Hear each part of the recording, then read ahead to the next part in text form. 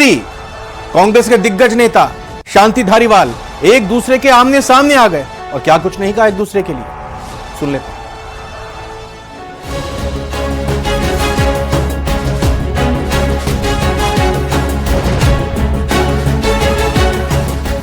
चुनाव से पहले राजस्थान कांग्रेस में बवाल, मंच पर आमने सामने हुए धारीवाल गुंजल, फिर उठा विवाद का बवंडर, कैसे होगा कांग्रेस का बेड़ा पार।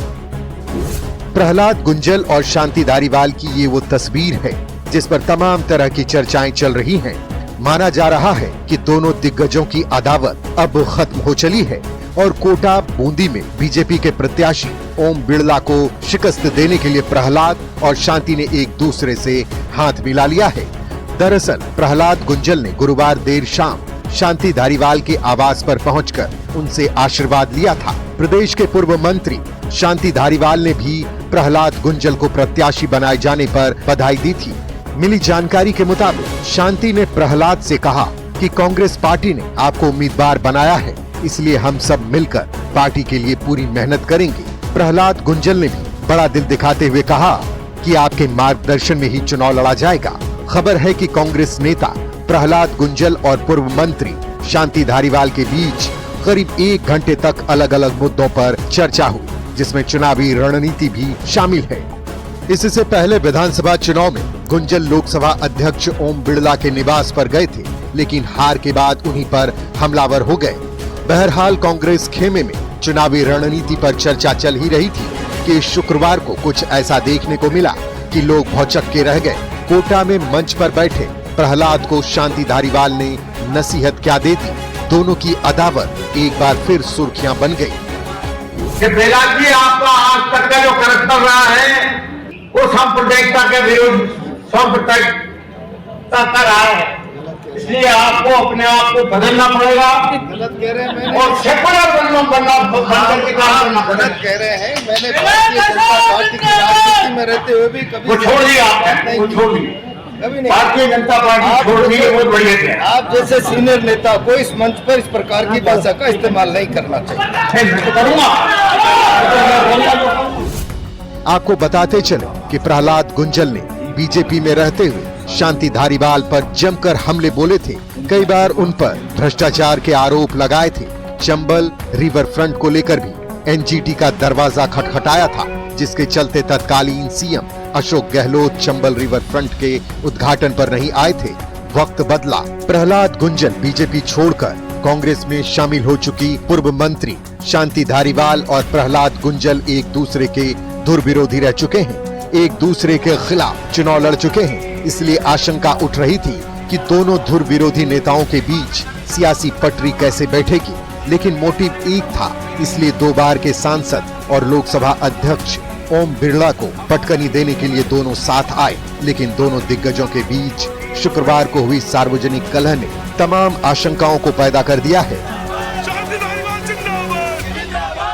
बीजेपी छोड़कर कांग्रेस में आए कांग्रेस ने गुंजल को कोटा बूंदी के लिए अपना प्रत्याशी बनाया। इसके बाद गुंजल ने पूरी कांग्रेस को साधने की कोशिश की। पहली बैठक थी, इस पहली बैठक में ही गुंजल और शांति धारीवाल जब मंच पर बैठे तो इस तरह की तस्वीर निकल करके आई जो कांग्रेस की चिंताओं को बढ़ा देने वाली है। आखिर कैसे कोटा बीजेपी के गढ़ में कांग्रेस सेंध लगा पाएगी, कैसे कांग्रेस की नैया पार हो पाएगी।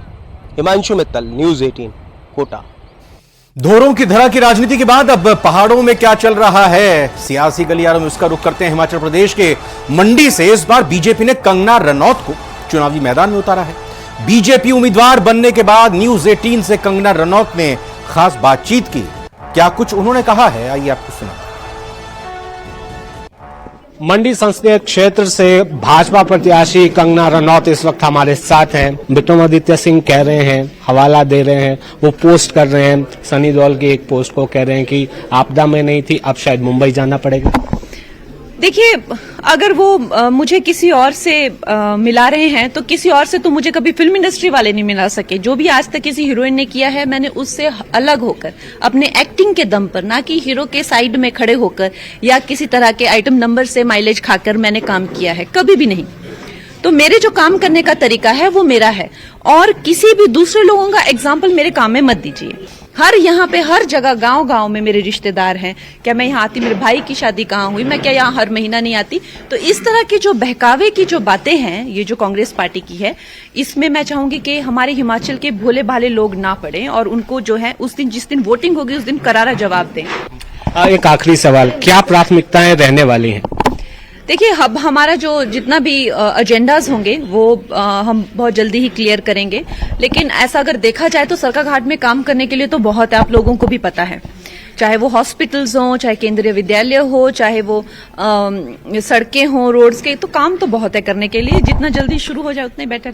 शुक्रिया और शुभकामनाएं। धन्यवाद। तो कंगना रनौत इस वक्त हमारे साथ थी।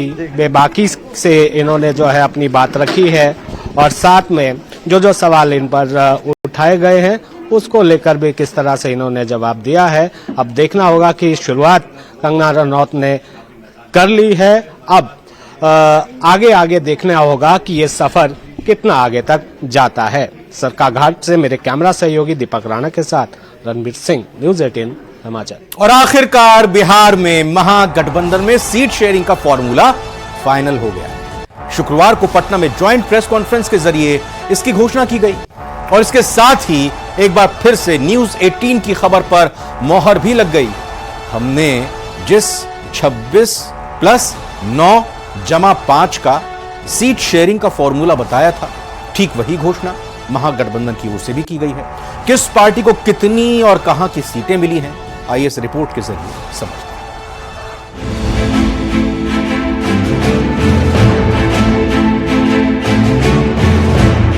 बिहार में महागठबंधन की सीटों का बंटवारा हो गया है। पटना में आरजेडी ऑफिस में ज्वाइंट प्रेस कॉन्फ्रेंस में महागठबंधन के नेताओं ने इसका ऐलान किया। आरजेडी 26 सीट पर चुनाव लड़ेगी, जबकि कांग्रेस को 9 और लेफ्ट को 5 सीटें मिली। इस तरह न्यूज़ 18 की खबर पर एक बार फिर मुहर लग गई। हमने बताया था कि 26 + 9 + 5 का फॉर्मूला फाइनल हुआ है। मतलब आरजेडी 26 सीट पर चुनाव लड़ेगा, कांग्रेस 9 और लेफ्ट के खाते 5 सीटें आएंगी। और हुआ भी ठीक है। पटना में जब अब्दुल बारी सिद्दीकी सीटों का ऐलान कर रहे थे तो वही फॉर्मूला निकलकर सामने आया जो हमने बताया था। Indian National Congress Kishanganj, Katihar, Bhagalpur, Muzaffarpur, Samastipur, West Champaran, Patna Sahib, Sasaram, Maharajganj. मतलब इस बार के नए फॉर्मूले के तहत कांग्रेस उतनी ही सीट यानी पिछली लोकसभा चुनाव में लड़ी हुई 9 सीट हासिल करने में कामयाब रही। किशनगंज, भागलपुर, समस्तीपुर, मुजफ्फरपुर, पश्चिम चंपारण, महाराजगंज, पटना साहिब और सासाराम सीट कांग्रेस के हिस्से आई। तो औरंगाबाद, गया, नवादा, जमुई, पूर्णिया, बांका, झंझारपुर, सुपौल, अररिया, मधेपुरा, मुंगेर, उजियारपुर, दरभंगा, सीतामढ़ी, मधुबनी, सारण, हाजीपुर, पूर्वी चंपारण, शिवहर, वैशाली, गोपालगंज, वाल्मीकि नगर, सिवान, पाटलिपुत्र, बक्सर और जहानाबाद सीट आरजेडी को मिली है। वाम दलों की यदि बात करें तो सीपीएम के हिस्से खगड़िया, सीपीआई को बेगूसराय सीट मिली, जबकि सीपीआई-एमएल को नालंदा, आरा और काराकाट ये 3 सीटें मिली हैं। कई दिनों से चल रहा सीटों का झंझट महागठबंधन में खत्म हो गया। इंडिया अलायंस 26 + 9 + 5 के फॉर्मूले के साथ एनडीए से निपटने को तैयार है। अब सबकी नजर चुनाव शुरू होने पर टिक गई है। न्यूज़ 18 के लिए पटना से रवि एस नारायण के साथ ब्यूरो रिपोर्ट। इधर बिहार में ही आरजेडी और कांग्रेस के बीच लंबी चली बातचीत के बाद शुक्रवार को आखिरकार महागठबंधन की ओर से बिहार में सीटों का ऐलान हुआ, लेकिन सीट शेयरिंग में पूर्णिया सीट का पेच अभी भी फंसा नजर आ रहा है। पप्पू यादव पूर्णिया सीट को छोड़ने को तैयार नहीं है। 4 अप्रैल को कांग्रेस के टिकट पर नामांकन दाखिल करने का दावा भी पप्पू यादव कर रहे हैं। सवाल है कि क्या पूर्णिया सीट पर इंडी गठबंधन में फ्रेंडली फाइट होने जा रही है? इस रिपोर्ट में देखिए।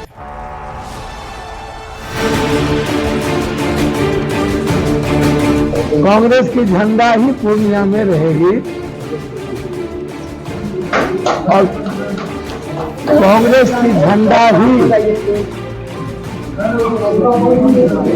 स्थापित होगी। पूर्णिया सीट पर पप्पू यादव की जिद नहीं थम रही। महागठबंधन में सीट शेयरिंग के बावजूद पप्पू यादव का बयान कई सवाल खड़े कर रहा है। महागठबंधन में सीट बंटवारे का जो सबसे दिलचस्प पहलू है वो है पूर्णिया सीट, जिसे आरजेडी ने अपने पास रखा है, जबकि पूर्णिया से पप्पू यादव कांग्रेस के टिकट पर चुनाव लड़ना चाह रहे हैं। आरजेडी ने बीमा भारती को पूर्णिया सीट से अपना उम्मीदवार बनाया है, पर पप्पू किसी भी हाल में पीछे हटने को तैयार नहीं। कांग्रेस का झंडा की जीत होगी। 4 तारीख को आप पूर्णिया की जनता की भावनाओं के अनुकूल कांग्रेस की झंडा पूर्णिया की धरती पर फहराए जाएंगे। मैंने कहा था मर जाऊंगा, कांग्रेस से अलग नहीं होगा, दुनिया छोड़ दूंगा, पूर्णिया से अलग नहीं होगा। फिर मैं उसी को दोहरा रहा हूं कि कांग्रेस की झंडा जनता ने हमारे हाथ में दे दी है और वो झंडा मेरे हाथ में होगी और जनता उस झंडे को 26 अप्रैल को स्थापित करेगी। पटना में महागठबंधन के नेताओं ने जैसे ही सीट शेयरिंग को लेकर पीसी की, इसके कुछ ही देर बाद पप्पू यादव ने पूर्णिया सीट से कांग्रेस के झंडे के साथ चुनाव मैदान में उतरने का ऐलान कर दिया। पप्पू यादव के समर्थकों में भी आक्रोश है। पूर्णिया सीट से टिकट की घोषणा नहीं किए जाने से नाराज पप्पू यादव के समर्थक सड़क पर उतर आए और पूर्णिया से ही उनसे चुनाव लड़ने का दबाव डाल रहे। इधर पूर्णिया सीट से आरजेडी प्रत्याशी बीमा भारती ने कहा है कि महागठबंधन में सब एक हैं, सभी मिलकर बीजेपी को हराएंगे। पप्पू यादव हमारे अभिभावक हैं। यही आग्रह होगा, आप कैंपिंग करके मुझे जिताने का काम करें। बिहार में महागठबंधन की ओर से सीट शेयरिंग के ऐलान के बाद पप्पू यादव की जिद से कई सवाल खड़े हो रहे हैं। सवाल ये कि क्या पूर्णिया सीट पर इंडिया अलायंस के बीच फ्रेंडली फाइट होने जा रही है।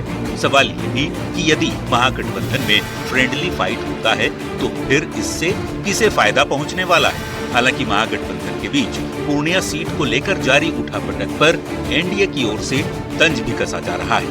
न्यूज़ 18 के लिए पूर्णिया से कुमार प्रवीण के साथ ब्यूरो रिपोर्ट।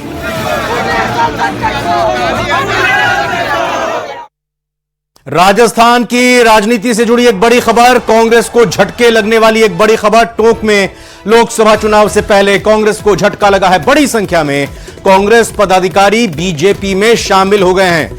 देवली नगर पालिका चेयरमैन नेमीचंद जैन बीजेपी में शामिल हो गए हैं। पूर्व चेयरमैन कैलाश सोनी भी बीजेपी में शामिल हो गए हैं। बड़ी संख्या में सरपंच और जनप्रतिनिधि बीजेपी में शामिल हो गए हैं। पार्षद दुर्गेश नंदन साहू ने ज्वाइन की है बीजेपी। टोडा राय सिंह, उनियारा, नगरफोर्ड से बड़ी संख्या में सरपंच और जनप्रतिनिधियों ने कांग्रेस छोड़कर बीजेपी का दामन थाम लिया है। अरुण चतुर्वेदी, प्रभुलाल सैनी यानी ये बीजेपी के नेता जब ज्वाइनिंग हो रही थी उस दौरान कार्यक्रम में मौजूद थे। बीजेपी जिला अध्यक्ष अजीत सिंह मेहता कार्यक्रम में मौजूद थे। विजय बैंसला समेत बीजेपी के पदाधिकारी इस दौरान कार्यक्रम में मौजूद रहे। तो टोंक वो लोकसभा की सीट, टोंक सवाई माधोपुर की, जो कि कांग्रेस के लिए बेहद जरूरी है। सचिन पायलट के प्रभाव क्षेत्र की यह सीट मानी जाती है और खुद टोंक से विधायक भी सचिन पायलट हैं। और इस बीच ये बड़ा झटका इस मायने में कि बीजेपी में कांग्रेस के नेताओं के आने का सिलसिला लगातार जारी है। राजस्थान की बागीदौरा विधानसभा सीट पर उपचुनाव के लिए बीजेपी ने सुभाष तंबोलिया को उम्मीदवार बनाया है। यह सीट 19 फरवरी को कांग्रेस विधायक महेंद्रजीत सिंह मालवीय के इस्तीफे के बाद खाली हो गई थी। मालवीय कांग्रेस छोड़कर बीजेपी में शामिल हो गए थे। इसके बाद अब बागीदौरा सीट पर उपचुनाव कराए जा रहे हैं। वहीं मालवीय बांसवाड़ा डूंगरपुर सीट से बीजेपी के लोकसभा प्रत्याशी हैं।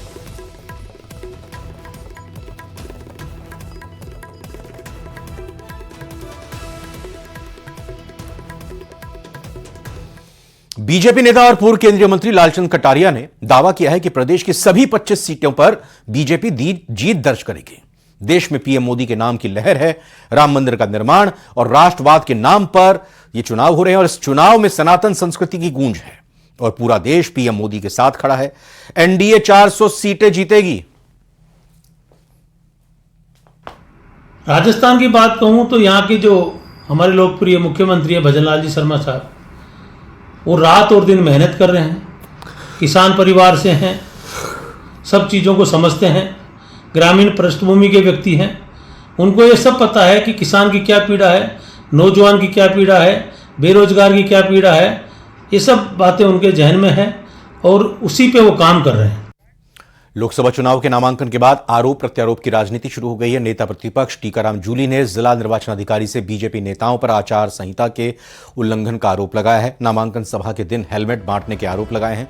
साथ ही टीकाराम जूली ने आरोप लगाया है कि सरकारी तंत्र बीजेपी प्रत्याशी की मदद करने में लगा है। मंत्री के दबाव में प्रशासन काम कर रहा है। से अलवर के अंदर आचार संहिता का खुला उल्लंघन भारतीय जनता पार्टी के कैंडिडेट के द्वारा किया जा रहा है और निर्वाचन अधिकारी के सामने किया जा रहा है। तो इससे आप ये समझ सकते हैं कि इन लोगों की मंशा क्या है। पूरा जो है सरकार का तंत्र वो कैंडिडेट की मदद करने में लगा हुआ है। आपने देखा होगा नामांकन के दौरान भी हमारी गाड़ियों को रोका गया, जाम लगाया गया बेवजह बीजेपी के लोगों के द्वारा। घाटी के अंदर हमारी 2 विधानसभाओं की गाड़ियां उस दिन पहुंच नहीं पाई और शहर के अंदर भी पता चला, अभी पूरी चीज को मैं दिखवाऊंगा, कि उस दिन हेलमेट बांटे गए हैं, जो कि चुनाव के दौरान किसी भी प्रकार के सामग्री आप बांट नहीं सकते। आप एक प्रकार से लोगों को प्रलोभन दे रहे हैं। आप ये आचार संहिता के उल्लंघन की श्रेणी में आता है। चित्तौड़गढ़ लोकसभा सीट से बीजेपी ने अपने प्रदेशाध्यक्ष को एक बार फिर से चुनावी मैदान में उतारा है और उदयपुर के बेदला में कार्यकर्ताओं ने सीपी जोशी को केलों से तौला दिया। बाद में जोशी ने बेदला गांव में कार्यकर्ताओं और ग्रामीणों को संबोधित किया और परिचित अंदाज में कांग्रेस को आड़े हाथों लिया और कहा कि अब की बार हैट्रिक लगानी है। लोगों ने एक बार फिर देश में मोदी सरकार बनाने का मानस बना लिया है। यही कारण है कि कांग्रेस के प्रत्याशी मैदान से हटने लगे हैं। एजेंसियों का दुरुपयोग कांग्रेस ने किया है। कांग्रेस सरकार ने अपने ही विधायक और मंत्रियों के फोन टैप करवाए हैं। कांग्रेस को अपने ही विधायक और मंत्रियों पर भरोसा नहीं था, तो प्रदेश की जनता उन पर भरोसा कैसे कर सकती है। सीपी जोशी ने प्रदेश की सभी 25 सीटों पर जीत का दावा किया है।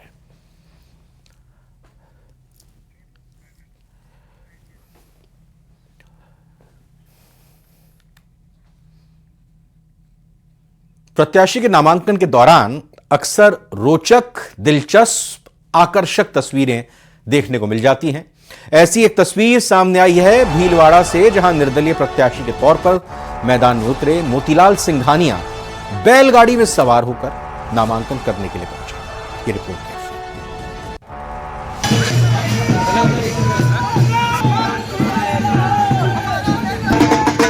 गले में फूलों की मालाएं और बैलगाड़ी पर सवार होकर नामांकन करने वाले ये हैं निर्दलीय प्रत्याशी मोतीलाल सिंघानिया, जिन्होंने भीलवाड़ा लोकसभा सीट से नामांकन पर्चा दाखिल किया। नामांकन से पहले पूरे शहर में बैलगाड़ी पर बैठकर घूमे। आगे आगे मोतीलाल सिंघानिया थे, जबकि उनके पीछे पीछे बैलगाड़ी पर उनके समर्थक। आज हम भीलवाड़ा इस सांसद क्षेत्र से संसद के लिए उम्मीदवार के लिए मैं आज नॉमिनेशन करने जा रहा हूं। मेरा मुख्य मुद्दा है, इस भीलवाड़ा शहर के जितने भी युवा हैं, बेरोजगार हैं, उनको रोजगार नहीं मिल रहा है या बेरोजगारी के मुद्दे की वजह से बहुत बड़े लेवल पे क्राइम बढ़ रहे हैं। मैं उन मुद्दों के लिए चुनाव लड़ना चाहता हूं कि भारत में युवा भविष्य है और युवाओं का भविष्य अंधकार में है और यहाँ के सांसद महोदय 2 बार जीतने के बाद आराम से डबल रजे वोट के सो रहे हैं। यहाँ कोई उद्योग धंधा नहीं है, सब दूसरे स्टेटों में जा रहे हैं। तो मैं चाहता हूँ युवाओं को रोजगार मिले। पूरे शहर में बैलगाड़ी से घूमने के बाद आखिरकार मोतीलाल सिंघानिया ने जिला कलेक्ट्रेट कार्यालय पर पहुंचकर पर्चा दाखिल कर दिया। लेकिन वो जिस तरीके से बैलगाड़ी में सवार होकर नामांकन के लिए पहुंचे, वो चर्चा का विषय बना है। भीलवाड़ा से न्यूज़ 18 राजस्थान के लिए राहुल कौशिक की रिपोर्ट। फटाफट अंदाज में इलेक्शन से जुड़ी, चुनाव से जुड़ी 10 खबरें इलेक्शन टॉप 10 में देखते हैं।